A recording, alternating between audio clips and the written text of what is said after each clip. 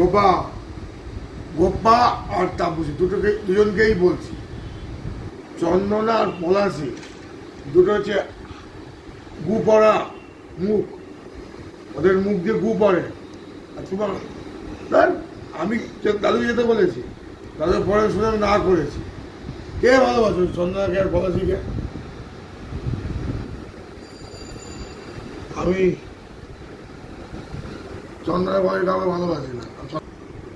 ওই রেগে যাচ্ছ? হ্যাঁ গোপা তাপসী দুটোকেই বলছি, দুজনকেই বলছি, আমারও শরীর ঠিক নেই, আমারও ঘরে মানে ডান দিকে প্রচন্ড ব্যথা। ওই হেগো মুখ, লোকে বলে হেগো পোত, ও তো বলো হেগো মুখ। লোকে এমনি মানে লোকে গ্যাস চালে লোকে না,